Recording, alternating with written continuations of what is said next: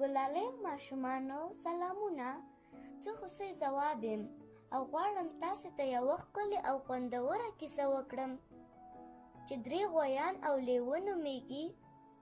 دا کیسه بس بیبي ترور د خپل کلي ماشومانو ته کړې وه. د ټولو خوښه شوې وه، ستاسې به هم خوښه شي. بس بیبي ترور کیسه کوله چې یو وږی لیوه په ښکار پسې ګرځي او 3 غویان، یو برګی، یو زیړکی او یو خړکی یو ځای سري. لیوه چې د دوی اتفاق ګوري نو نشي کولی حمله پرې وکړي، او غویان هم په هوښیارۍ سره د یو بل سار کوي. لیوه خړکي ته چل جوړوي، نو ورته وایي چې زما او ستا رنګ یو دی او سره ورونه یو.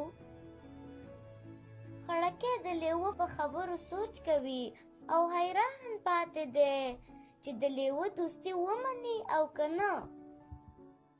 بله ورځ لیوه بیا خړکي ته وایي چې پړانګ د برګي دښمن دی، که تا له هغه سره یو ځای وویني نو تا به هم وخوري. په همدې چل برګی داړي.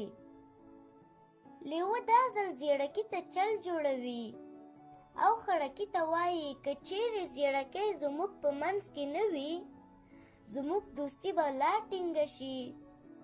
خړکی ورته ګوري او لیوه زیړکی داړي.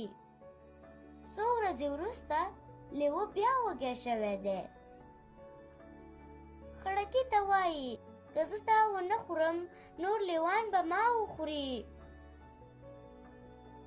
خړکی په زاریو پیل کوي، مګر لیوه یې نه مني او هغه مجبوریږي چې د ځان ساتنه وکړي. خو چیرته د لیوه زور او چیرته د غویي زور.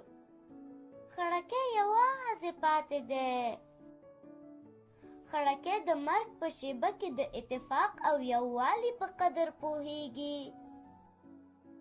د هغوی بچیان قسم خوري چې هیڅکله به بې اتفاقي نه کوي. بس بیبي ترور وایي چې موږ او تاسو هم باید په اتفاق سره ژوند وکړو.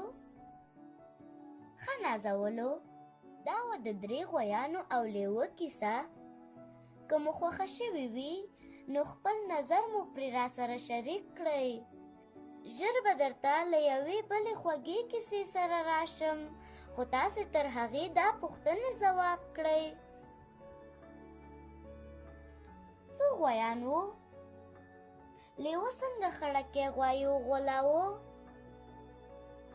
لیوه په کومه بهانه برګی غوایي وخوړ؟ لیوه د زیړکي غوایي لپاره څه پلان جوړ کړ؟ د مرګ په وخت کې خړکی غوایي د څه په قدر پوه شو؟ ولې خړکی غوایي ونه شو کړای چې له ځان نه دفاع وکړي؟ آیا تاسې کولی شئ د دې کیسې نتیجه ووایئ؟